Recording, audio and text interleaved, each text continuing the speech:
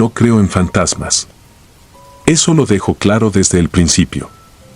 Lo que voy a contar ocurrió entre 1997 y 1999 en Atlixco, Puebla, cuando mi madre trabajaba en un orfanato llamado San Miguel de las Colinas. Era la encargada de la lavandería y, a veces, de ayudar en la cocina cuando faltaba personal. Yo tenía 9 años cuando empecé a acompañarla algunos sábados. Mi papá nos dejaba a la puerta a las 7 de la mañana y decía que pasaría por nosotras a mediodía. El portón de lámina verde, con abolladuras como golpes viejos, parecía más grande que la calle. Adentro olía a jabón sote, a humedad antigua y a sopa de fideos a las 10. El edificio era un cascarón largo con 2 patios. El primer patio tenía un árbol de aguacate que daba sombra a una banca de cemento. El segundo se abría después del corredor de las habitaciones, 6 cuartos con literas, cada uno con un crucifijo torcido sobre la pared. La directora, la señora Rebeca, llevaba el cabello recogido tan tirante que uno pensaba en la piel de un tambor. No era mala en apariencia. Saludaba, sonreía con los labios apenas, preguntaba si faltaba cloro o gas. A veces me ofrecía una paleta de limón de las que guardaba en un congelador pequeño, junto a la oficina. Ese congelador hacía un ruido bajo y constante, como si respirara. Yo jugaba a ser útil. Doblaba toallas pequeñas, acomodaba calcetines sin par, llevaba una jarra a la mesa de los niños más chicos. Me gustaban los bebés cuando reían, me molestaba cuando lloraban todos a la vez y el sonido se pegaba a las paredes. Mi madre trabajaba rápido, concentrada, con un pañuelo amarrado en la cabeza. Entre doblar y enjuagar, contaba historias pequeñas, casi susurros, que esa semana habían logrado que un niño comiera verduras, que una niña había aprendido a leer su nombre, que un señor de camión llegó con una caja de frutas. Eran cosas buenas que, por un rato, hacían parecer a San Miguel un lugar correcto. La primera vez que supe de un faltante no entendí la gravedad. Fue un niño de 6 años al que todos llamaban Pajarito porque cantaba cuando barría el patio. Un lunes mi madre dijo, Pajarito no está, dicen que se escapó. Lo dijo como quien repite lo que le dicen, pero con un pliegue raro en la frente. Yo imaginé a Pajarito brincando un muro con la facilidad con que un pájaro atraviesa la luz. No me sorprendió que un niño quisiera irse, pensé en sus posibilidades, en puestos de jugos, en perros callejeros que lo acompañarían. Esa fue mi versión, la que elegí, hasta que un mes después faltó una niña de 8 años, Brenda, la de las trenzas con listones rojos. Otra vez la palabra, se escapó. Como niño uno no sabe cuántas coincidencias hacen una sospecha. Pero mi madre empezó a observar. No lo dijo de golpe, fueron notas sueltas en medio del ruido de la lavadora. La señora Rebeca regañó fuerte a Brenda por orinarse en la cama. A Pajarito lo pusieron en el cuarto de pensar y no lo vi en todo el mediodía. Los castigos ahora son más silenciosos. La palabra silenciosos me quedó retumbando, un castigo que no suena, ¿qué es? A veces, al pasar frente a la oficina, veía la puerta entreabierta y a la directora escribiendo en un cuaderno azul marino. En el lomo, con marcador, decía registro. Una tarde de julio de 1998, los de la cocina sacaron bolsas de basura más pesadas que de costumbre. 3 bolsas negras que arrastraron por el pasillo dejando una marca húmeda. El jardinero, un hombre cetrino, bromeó que habían tirado la sopa. Yo estaba sentado en la banca del primer patio. Vi como una de las bolsas golpeó el borde de la jardinera y se reventó. Cayeron juguetes rotos, una muñeca sin cabeza, 2 cuadernos mojados, unos zapatos pequeños con velcro. El jardinero maldijo, recogió a prisa, metió todo de vuelta y amarró doble. Nadie nos miró. Ese agosto faltó otro niño. Marcos, 9 años, bueno para el trompo. Mi madre, ya abiertamente preocupada, fue a la oficina. Volvió pálida. Dice la señora Rebeca que se fue con un tío. Que no nos metamos. Esa noche, En la casa, mi madre dejó de hablar en diminutivos. Dijo cosas con su tamaño completo: desaparición, denuncia, investigación. Mi padre le pidió prudencia. Tú no sabes, dijo. Ella tampoco sabía, pero el desconocimiento no quita el olor. Empezaron los sueños. Yo soñaba con el pasillo de literas, oscuro, con ese brillo ceniciento de los pasillos que siempre están a media luz. Soñaba que caminaba descalzo y al llegar a la puerta de la oficina escuchaba el zumbido del congelador y algo más, un golpeteo tenue, como uñas pequeñas adentro del frío. Me despertaba mojado de sudor y me quedaba mirando el techo intentando recomponerlo todo como si fuera tarea. Por las mañanas mi madre me examinaba la cara y me decía que no me preocupara, que tal vez solo era el estrés. Yo ni había aprendido esa palabra y ya la masticaba. El orfanato cerró a finales de 1999. Oficialmente, por falta de fondos. Los periódicos locales apenas dedicaron notas cortas. Mi madre fue despedida 2 meses antes del cierre. No hubo liquidación. Le dijeron que su actitud no era la adecuada para el ambiente de trabajo. Guardó silencio en la oficina, firmó, recogió su tupper y su pañuelo. En casa lloró en la cocina, sin ruido, como si también practicara la versión más silenciosa del dolor. Hicimos cuentas. Alcanzaba lo justo. Pasaron años y la vida principal siguió. Yo cursé secundaria, prepa, la universidad. Mi madre trabajó en una tintorería y murió en 2017 de una enfermedad que le fue apagando la voz. Dijo muchas cosas en esos meses, algunas inútiles, otras que se me clavaron. Busca el cuaderno, no dejes que te digan que estás exagerando, lo más oscuro se disfraza de normalidad. Volví a San Miguel en 2021. El terreno estaba enrejado con un candado oxidado. En el portón alguien había pintado con aerosol: se vende. No había vendedor. Los vecinos de enfrente me reconocieron por apellido. Me dijeron que la señora Rebeca se había ido del país, que dicen que a Querétaro primero, luego quién sabe. No sabían de niños. No sabían o no quisieron saber. La casa de campo que hoy soy capaz de comprar no es esa, pensé, y sin embargo ahí estaba yo, impulsado por una deuda que no me alcanzaba la lengua a nombrar. Salté la barda a las 6 de la mañana. Llevaba una lámpara pequeña y guantes. El primer patio seguía con el aguacate, las hojas más polvosas. El segundo patio era tierra dura, con marcas de llantas. Las habitaciones de literas habían sido saqueadas. En las paredes quedaban rectángulos limpios donde antes hubo crucifijos. Caminé al corredor de la oficina.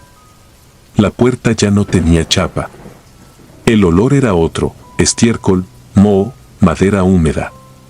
Pero el zumbido estaba, juraría que estaba, un zumbido nuevo, lejano, o quizás solo la memoria del ruido de aquel congelador viejo. La oficina tenía un archivero metálico. Abierto, vacío. En la pared, marcas del sol donde colgaban diplomas. En el suelo, papeles deshechos por el agua. Removí con paciencia. Encontré facturas, una lista de donaciones, una carta sin enviar. Y luego, debajo de un cartón de huevo enlodado, vi la tapa de un cuaderno azul marino. Registro, decía la caligrafía de la señora Rebeca. Estaba hinchado por humedad, pero aún se podía abrir. En las primeras páginas había notas de entradas de comida, conteos de sábanas. Anotaciones eficaces: gallina, 8 kilogramos. Pan, 6 barras. Después, hacia la mitad, comenzaron columnas con nombres de niños y fechas. A la derecha, una columna titulada Corrección. Me temblaron las manos. Branda G, 8, corrección, cuarto 3, resultado, conducta adecuada, observe, mojar cama. Marcos L, 9, corrección, cuarto 2, resultado, trasladado. Rafael P, 6, corrección, cuarto 3, resultado, sin respuesta, observe, agresividad. La palabra trasladado se repetía con insistencia. A veces acompañada por una hora. A veces con iniciales de adultos, R, J, M. En algunas páginas, junto a los nombres, había una marca en rojo, un pequeño círculo relleno. Aquello no decía explícitamente lo que yo temía, no necesitaba decirlo. El lenguaje administrativo puede ser el más cruel, austero, limpio, práctico.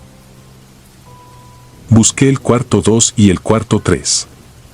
El corredor conducía a una puerta pintada de gris, reforzada con una barra de metal atornillada por fuera. El tipo de barra que uno pone para impedir la apertura desde dentro. Había marcas en la madera, horizontales, como hechas por cuchillos sin filo o por uñas. Abrí la barra.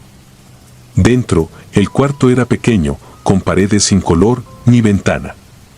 En el piso, marcas circulares como si ahí hubiera reposado un tambor o un contenedor. En un rincón, un enchufe con el plástico quemado. Tomé aire despacio. Nunca había estado ahí de niño. Nadie está donde no debe, dicen. Ya era tarde para mí. A un lado de la oficina, detrás de un biombo caído, encontré la rejilla metálica que cubría una boca de acceso. Sin candado, con tornillos flojos. La levanté. El hueco bajaba 2 escalones hacia un espacio del tamaño de un armario, apenas más hondo. En la pared, la salida de un ducto con una rejilla pequeña. Pasé la lámpara. Había etiquetas pegadas, de las blancas que se usan en papelería. S1, S2, S3. En el piso, una tarjeta con un dibujo infantil, un pájaro, de palitos, con una nota, para la seño R. Volví a mirar el cuaderno y quise dejarlo, pero no pude. Al final, en las últimas páginas, estaban las observaciones finales. Vigilancia, fortalecida. Traslados, sin contratiempos. Quejas internas, neutralizadas. Faltantes, 3. Cerré el cuaderno. Lo metí en una bolsa de plástico. Me senté en la banca del primer patio, que seguía fría a esa hora. A lo lejos, la carretera comenzó a despertar. Un camión de gas tocó su bocina breve. Aunque no creo en fantasmas, confieso que ahí, sentado, sentí lo que mi madre quería decir cuando hablaba de olores que no se van. Era el olor de algo que se tapó con cloro, con pintura, con firmas, y que sin embargo sigue atravesando la tarde. No escuché pasos. No vi sombras. Lo que vi fue el inventario de silencios en un cuaderno que pretendía ser de gallinas y sábanas. No hay una gran conclusión. Presenté el cuaderno a un conocido que trabaja en la fiscalía. Me dijo que podían abrir una carpeta, que verían que los años complican todo. Lo vi archivar el paquete con número 3487/2021. Me prometí no esperar milagros. Mi historia no cierra con esposas, ni con fosas encontradas al día siguiente. Cierra con lo que empezó, con mi madre doblando toallas, con su frente arrugada cuando dijo faltó uno. Cierra con la certeza más dura que conozco, hay lugares donde lo terrible no necesita de lo imposible. Le basta la rutina, un sello, un cuarto sin ventana. Y un cuaderno donde, línea por línea, se normaliza el vacío. Si hoy, a veces, me despierto seguro de oler jabón y cloro, no le digo aparición ni señal. Le digo memoria. En esa memoria, San Miguel sigue a medias encendido, el congelador con su zumbido mínimo, las bolsas pesadas arrastrándose, la risa breve de alguien al final del pasillo. Y sobre todo, la lista de los que faltan, que cada cierto tiempo recito como una oración secreta para que no sea cierto que el olvido también se aprende. Yo no creo en fantasmas. Tal vez por eso lo que más miedo me da sigue vivo.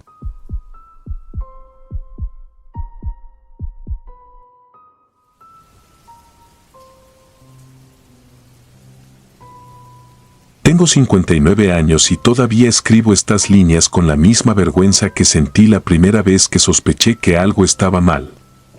No voy a adornarlo. No voy a decir que vi espectros caminando por los pasillos ni sombras trepando por las paredes.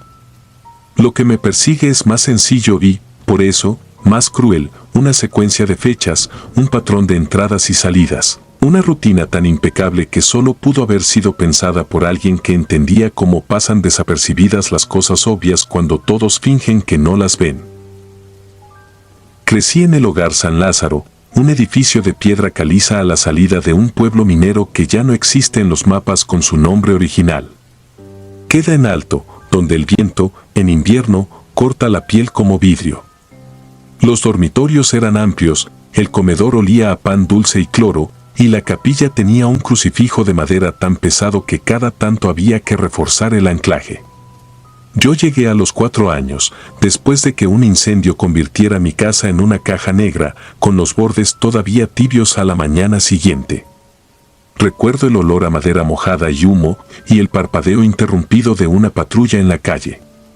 Recuerdo también, ya en el hogar, una rutina que, con el tiempo, se supone que cura: levantarse, tender la cama, rezar, desayunar, estudiar, ayudar, volver a rezar, dormir. Y así. Durante mucho tiempo pensé que eso era todo. San Lázaro tenía encargados firmes pero correctos. Había golpes a veces, sí, castigos por escaparse a la barda, privaciones de postre por contestar feo. Pero nada que no se pudiera catalogar en el cajón de asuntos de disciplina. El edificio, aunque viejo, estaba cuidado. Cada mes llegaba un donativo de mantas, harina y jabón que nos mantenía a todos a flote. Había festivales los 24 de diciembre y los 16 de septiembre, y en varias fotos viejas salgo con el uniforme planchado y la cara seria de un niño que entiende que para sobrevivir se agradece en voz baja. A los 16 me convertí en uno de esos grandes que limpian bodegas, arreglan enchufes y mueven colchones sin hacer preguntas. Aprendí a leer los cuadernos de inventario porque alguien tenía que hacerlo. Allí las fechas se apilaban y el orden, más que un hábito, era una obsesión: cuál sábana se rompía, qué foco se cambiaba, cuántos platos se quebraban. A primera vista, todo normal. Hasta que un 29 de febrero vi entrar a un niño con la misma historia que yo, y me pareció un chiste mal contado por la vida. Tenía 4 años, cabello oscuro, la mirada clavada en un punto que nadie más veía. Los papeles hablaban de una casa consumida por el fuego, de vecinos que llamaron a los bomberos, de una pérdida total. Llevaba una libreta, y cuando se sentaba, la abría como si fuera una puerta por la que entraba a otro lugar. Nadie alcanzó a ver qué dibujaba. En 3 meses, exactamente 90 días después, fue adoptado por una pareja que llegó sin prisa, revisó poco y se lo llevó con una mezcla de ternura y urgencia que no supe nombrar. Yo pensé en mi propia historia. Pensé en la palabra coincidencia. Pensé en el 29 de febrero como un capricho del calendario. Y me dije que no valía la pena darle vueltas.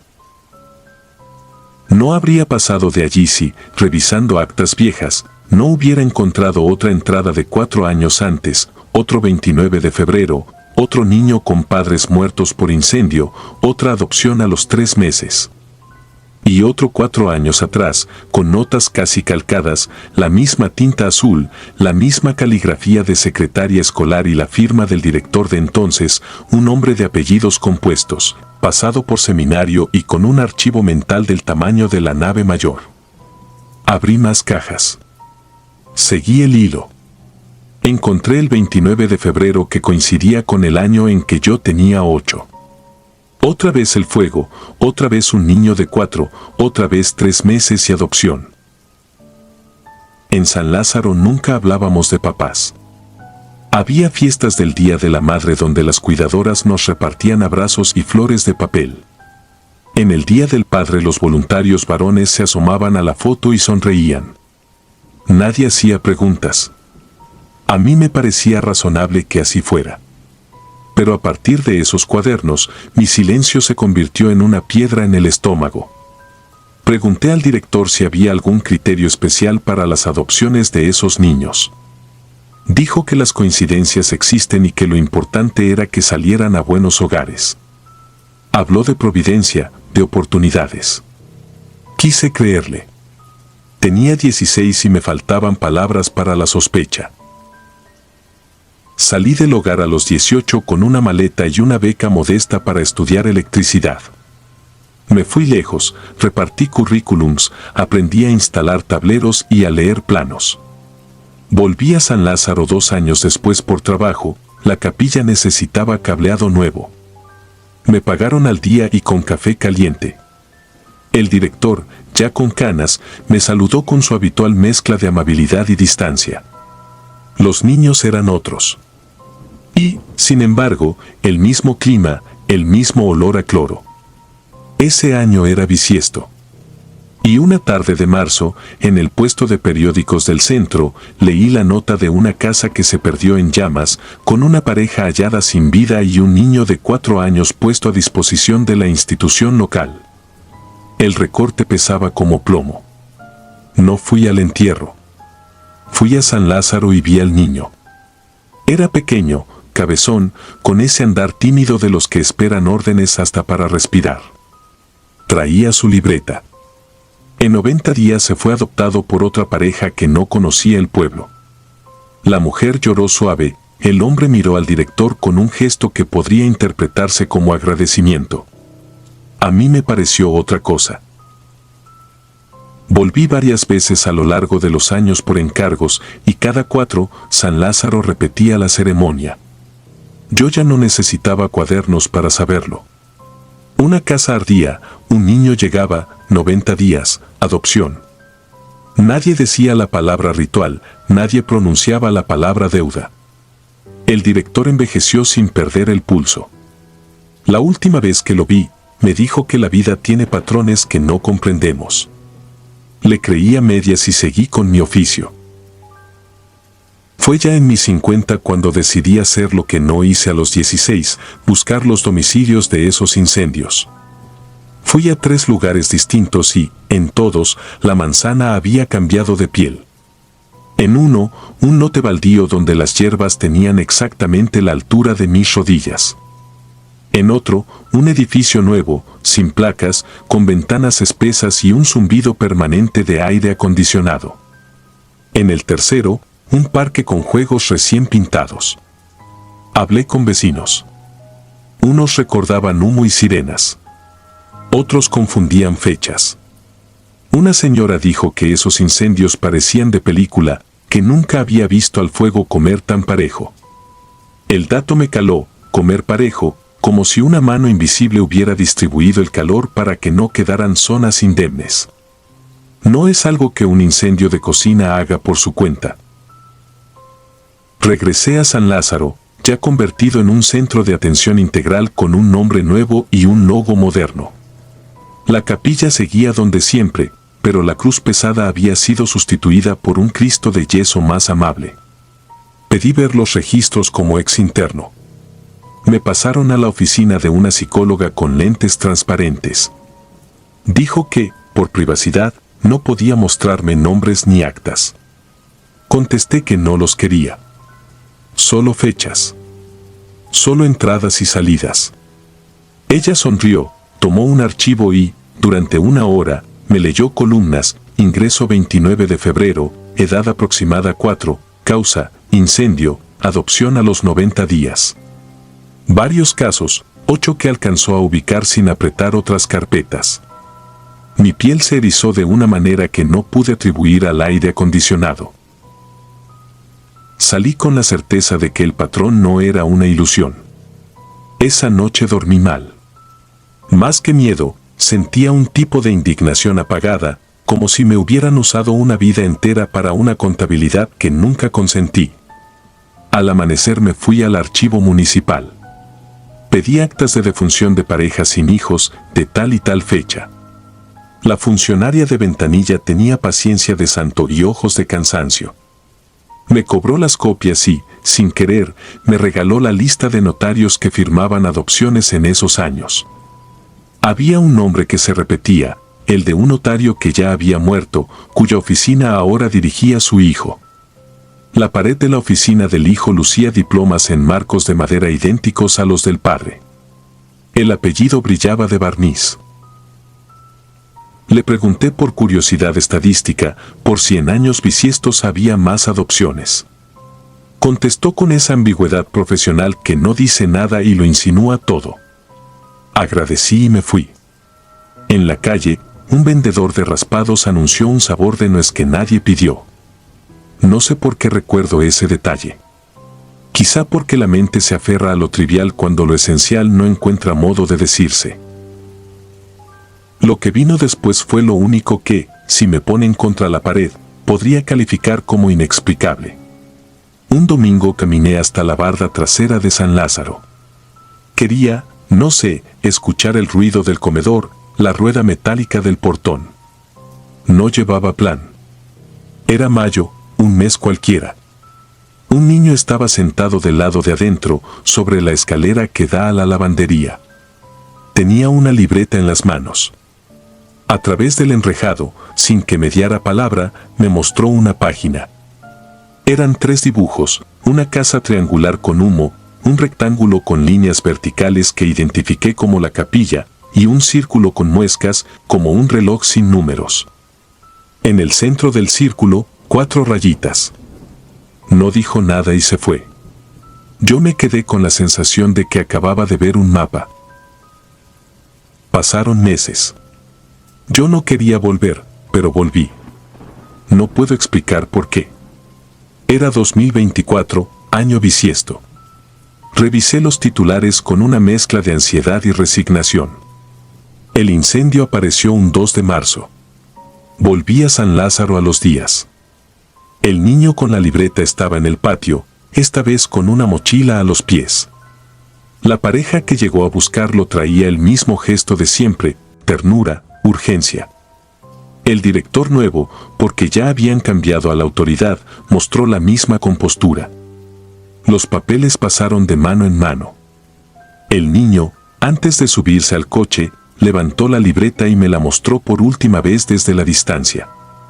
Tenía dibujadas 4 rayitas dentro del círculo, pero ahora había una quinta, trazada con lápiz débil, como una duda. Me he preguntado desde entonces si yo fui la quinta rayita. Si el patrón, que me educó, que me dio cama y sopa, también me destinó un papel que nunca pedí. Tal vez mi vida entera fue el ensayo para que algún otro niño encontrara el modo de sostener el lápiz sin que le temblara la mano. Tal vez no hay nada sobrenatural. Tal vez hay hombres que, sabiendo que el calendario ofrece un día de sobra, decidieron usarlo para su contabilidad, convencidos de que nadie mira febrero con la atención que merece. Tal vez las parejas eran pantallas, intermediarios bien vestidos con documentos perfectos que hacían lo que otros les pedían. Tal vez los incendios fueron quirúrgicos porque los que los provocaron aprendieron a reproducirlos con paciencia, a prueba de investigadores indolentes. Tal vez todo esto solo es un rompecabezas que nunca se terminaba de armar hasta que un niño decidió dibujarlo. No tengo respuestas. Hay noches en que me descubro con la nariz pegada a la ventana, oliendo el aire, como si pudiera detectar a distancia un humo que todavía no existe. Otras, me despierta la seguridad íntima de que la libreta del niño es la misma que yo llevaba sin saber, una puerta por la que se entra y se sale del mismo cuarto. Escribo esto para dejar constancia, no para pedir ayuda. Si alguien lee y decide mirar el calendario con otros ojos, si alguien se asoma a los registros y encuentra la línea fina que une fechas con llamas, quizá entienda lo que yo entiendo sin poder probarlo, que el horror más sólido no se esconde en cuevas ni en sótanos, sino en los formularios archivados sin tachaduras, en la tranquilidad de los sellos, en el sonido limpio de una firma. Y que, por más que cambien los nombres y los logos, hay días que se repiten con una obediencia que solo los vivos consideramos normal. Los muertos, pienso, no necesitan calendario. Los huérfanos aprendimos a contarlo de memoria. Antes de continuar, si disfrutas de mi contenido, deja tu like y suscríbete, ayudarías mucho. Y dime a qué hora te atreves a escuchar estas siniestras historias. Ahora sin más interrupciones continuemos.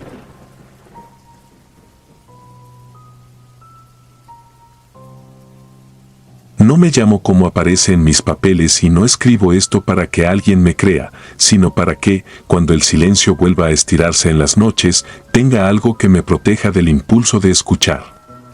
Fue en 2011, en San Pedro de las Alamedas, un municipio que parece quieto aún cuando los autobuses tiemblan al cruzar los topes. Llegué por trabajo, un contrato temporal como topógrafo para trazar líneas de drenaje. Me ofrecieron una casa vieja a buen precio, de esas que han sido remendadas con capas de pintura color hueso y portones de lámina que se doblan si los miras mal. No pregunté por qué era tan barata. Había prisa por instalarme, medir calles, entregar planos. La casa se ubicaba al final de una calle de terracería que por las tardes olía a polvo tibio. Por dentro, los cuartos eran largos y estrechos, con techos altos y vigas en las que el polvo formaba costras. Lo primero que noté fueron las paredes, gruesas, de piedra y cal, con una dureza que devolvía el eco de mis pasos. Había un patio trasero de tierra compacta con una noria tapada, y junto a la noria, el tronco de un fresno viejo que parecía haber sido amputado a media vida. La reja chirriaba y a las 6 en punto, cuando el sol caía de costado, el lugar se llenaba de una claridad casi blanca. El primer mes pasó sin rarezas. Trabajaba desde temprano, regresaba sudado y con la camisa pegada, preparaba algo simple, me bañaba con agua que tardaba en entibiar y dormía. El cansancio hunde cualquier imaginario. Fue en la tercera semana cuando un detalle, mínimo, me halló con la guardia baja. Eran las 3 de la tarde de un martes. Me quedé en casa revisando croquis. De pronto, un murmullo parecido a un juego infantil llegó desde el patio. No era una risa aislada, sino varias, agudas, como si un grupo de niños hubiera abierto un círculo en la tierra y girara, palmas a la altura del pecho, cantando una ronda. No escuché palabras claras, solo ese temblor de voz alegre que se cortaba de golpe, como si alguien hubiera pasado un cuchillo por el hilo del sonido. Me asomé y no vi a nadie. Suelo reseco, hojas inmóviles, el fresno desnudo. Pensé en los hijos de algún vecino, pero el hombre de la tienda, al que pregunté más tarde, me dijo que por esa calle casi no vivían familias jóvenes. Solo matrimonios viejos y una viuda. Dijo otras cosas que no quise atender, que la casa llevaba tiempo desocupada, que las últimas personas se habían ido de madrugada, que él prefería no saber. Volví a casa con la incomodidad empujándome la espalda como si no quisiera dejarme entrar. Esa noche me despertaron unos golpes. No eran fuertes.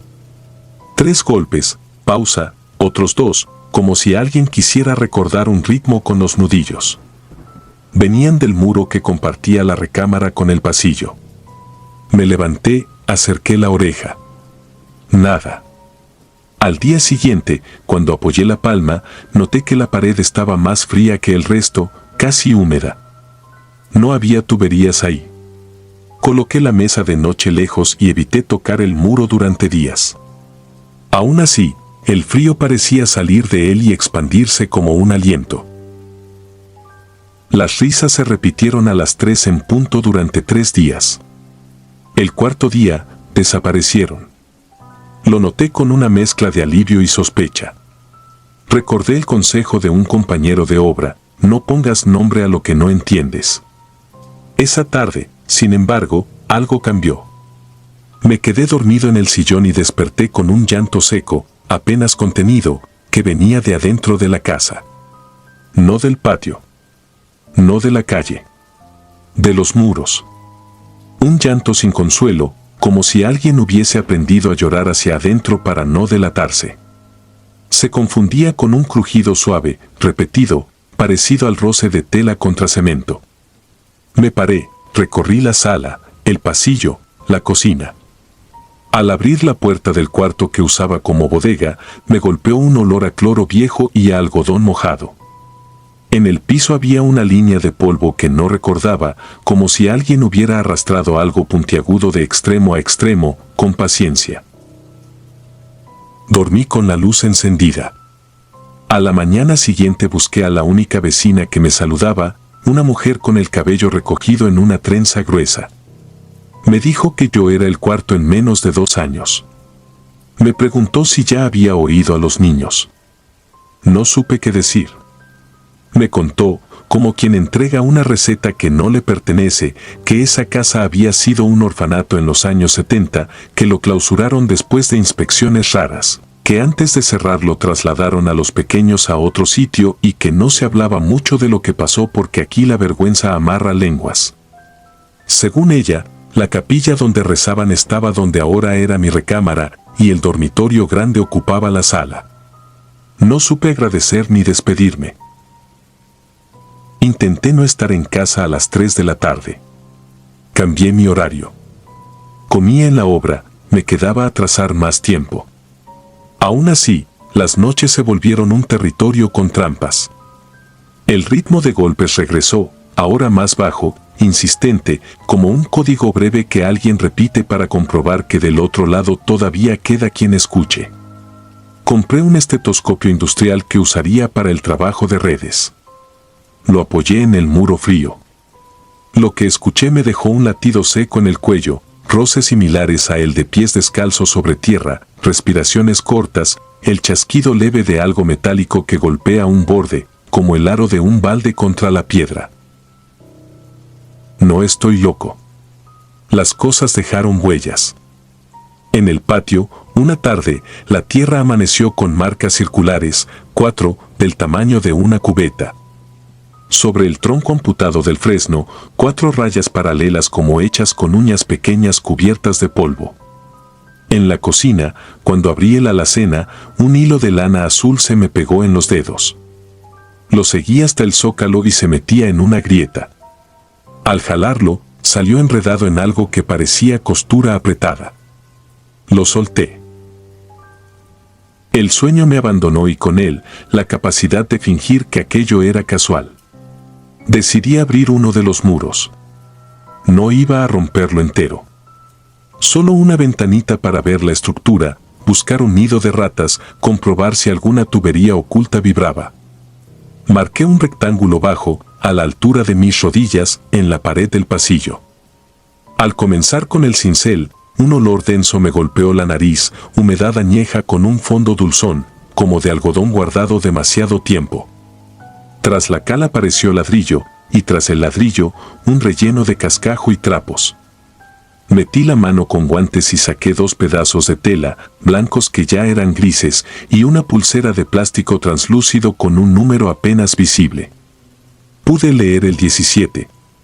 La tiré sobre la mesa y me quedé mirando el agujero. Creí ver, por un segundo, algo pálido atravesar el espacio detrás, como si el aire mismo tuviera una vena.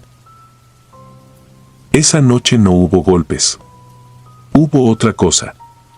Me despertó una secuencia de susurros. No eran palabras. Eran soplos cortos, acompasados, que parecían cruzar el cuarto como si recorrieran las camas de un dormitorio que ya no existía. Entonces sonó una especie de sonaja, metálica y seca, como una cucharita contra una taza. Se detuvo y volvió a sonar en el pasillo. No tuve valor. Me quedé inmóvil hasta que amaneció. Un viernes, al regresar más temprano, encontré en la reja un hilo atado con un moño infantil. Azul. Lo quité y lo guardé sin pensar. Preparé café. Cuando estaba a punto de llevar la taza a la boca, el olor a cloro volvió a atravesar la casa, limpio y brutal. Un segundo después, el llanto. Esta vez era abierto, sin ese intento de esconderse. Venía del muro que había perforado. No era una voz, eran varias. Se mezclaban con un rascar rítmico, como cuando un grupo intenta abrir algo con dedos mínimos. Sentí que algo me subía por las pantorrillas, un frío pegajoso. Entonces lo supe, ese hueco no debía quedar abierto. Lo cubrí con prisa. Cal, yeso, pintura. Al terminar, los susurros no pararon. Solo se alejaron medio paso, como si el muro los espesara. Paseé por la casa con el estetoscopio hasta que llegué al baño. Ahí, detrás del espejo, el sonido era limpio, respiraciones cortas, el roce de tela, un goteo que no existía en ninguna tubería. Quité el espejo. Detrás, el muro mostraba una hendidura estrecha, como si alguien hubiera adosado una capa encima de otra capa, dejando una bolsa de aire entre ambas. No la toqué. Esta parte me cuesta porque es donde intenté una explicación que me dejara vivir. Fui al archivo municipal. La empleada me entregó un legajo con recortes amarillentos. Sí, fue orfanato.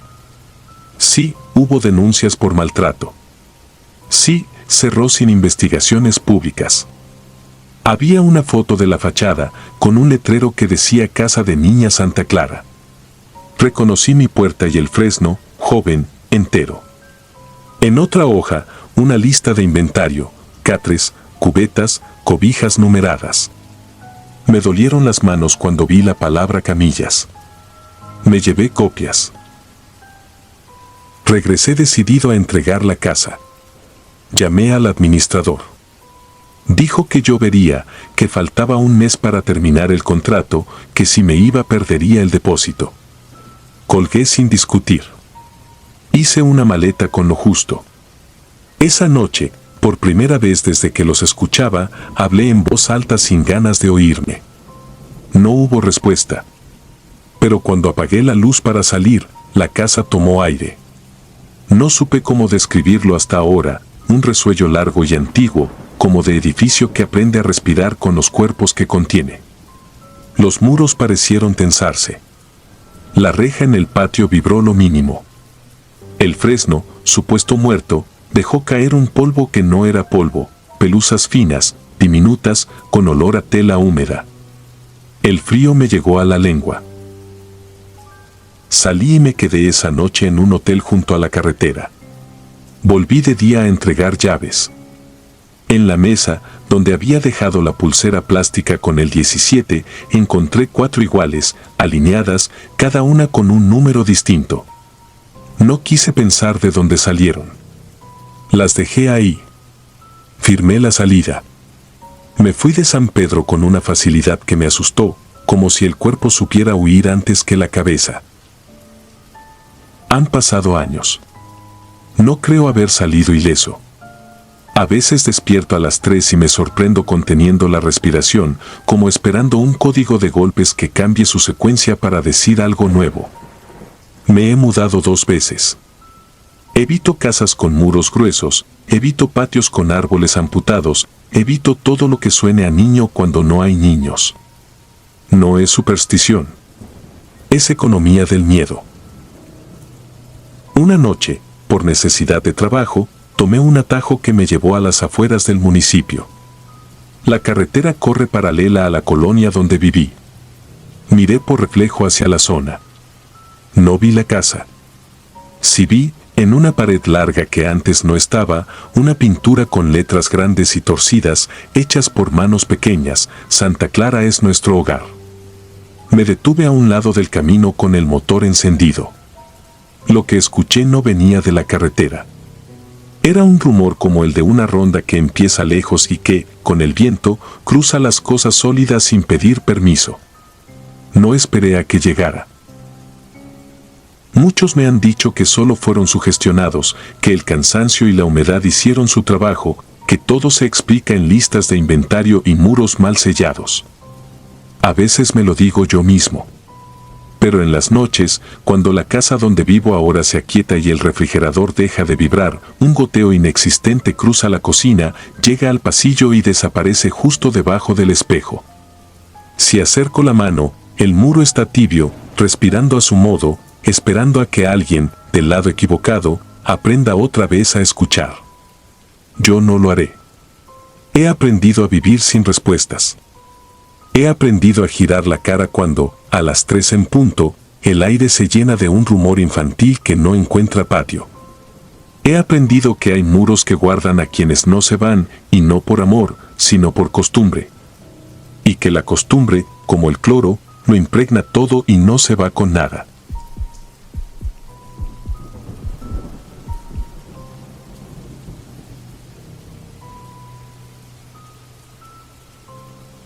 No creo en fantasmas, pero aprendí a respetar edificios que se comportan como personas.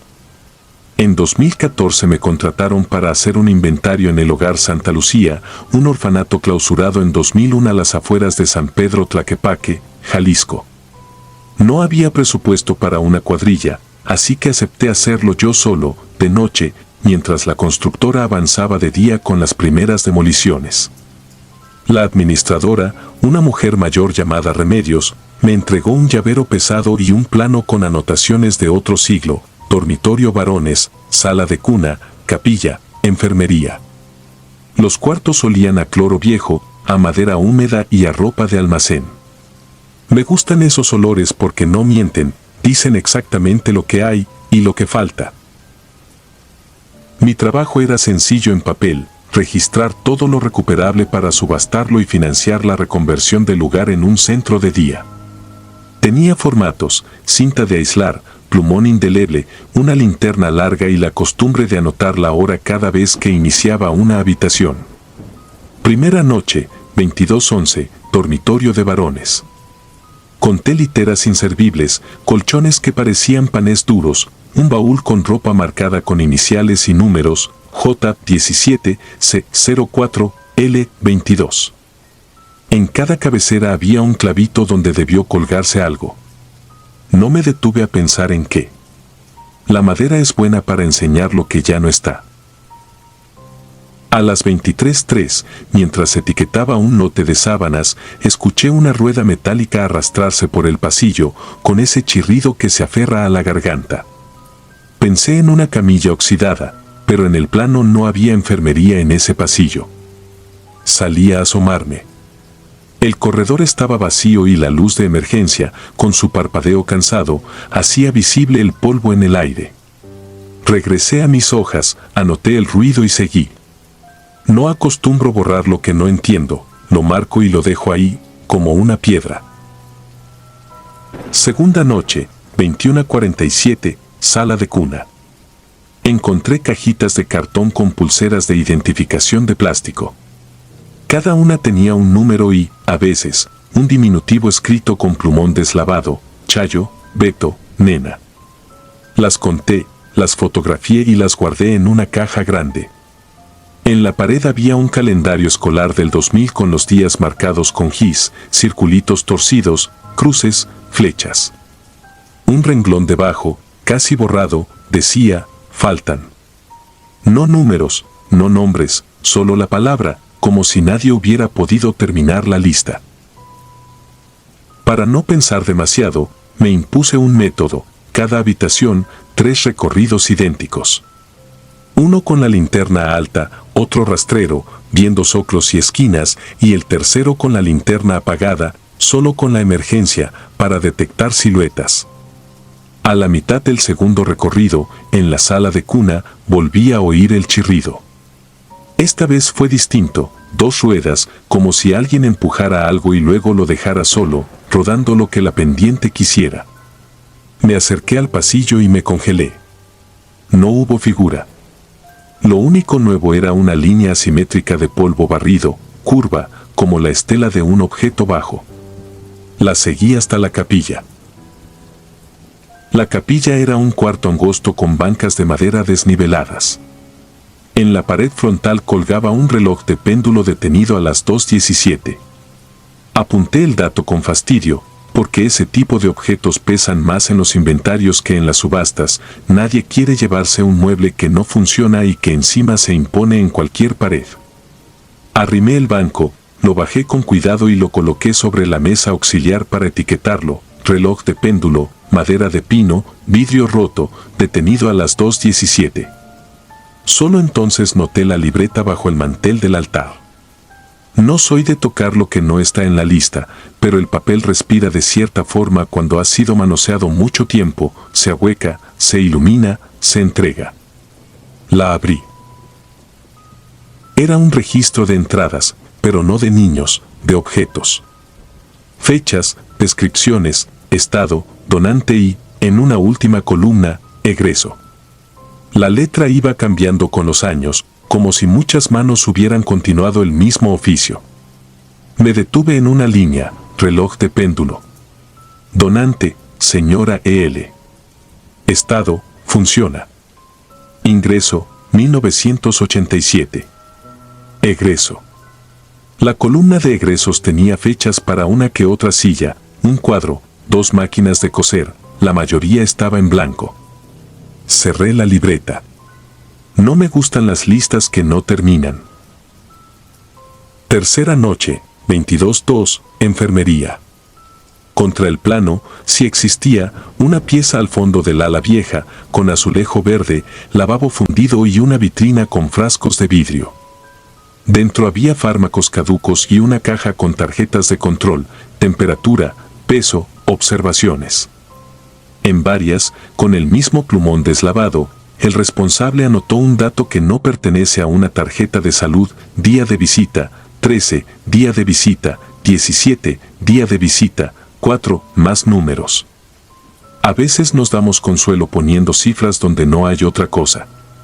Me quedé un rato largo, con la sensación de que faltaba un ruido. Uno aprende a distinguir cuando el silencio es natural y cuando es un silencio en el que alguien te observa.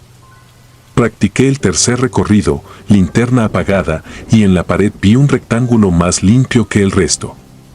Colgó ahí algo pesado muchos años. Ese borde claro es el fantasma más honesto de todos. Volví a la capilla por el reloj. Decidí adelantar ese retiro, para que la empresa lo moviera a bodega. Acomodé la pieza en la caja y la sellé. Antes de irme, dejé mi bitácora sobre el altar mientras verificaba el plano. Tardé 10 minutos, tal vez menos. Cuando tomé la bitácora, alguien había escrito en la última página, con letra firme y antigua, reloj de péndulo. Egreso, 22:17. Revisé la hora, 22:13. No me gustan las bromas. Caminé hasta la puerta, crucé el pasillo, giré hacia la salida. El chirrido de ruedas me siguió a un ritmo irregular. No aceleré. Ser observado no es lo mismo que estar en peligro, me repetí. Afuera, Remedios fumaba. No le dije nada. Ella tampoco preguntó. Cuarta noche, 21:36, comedor.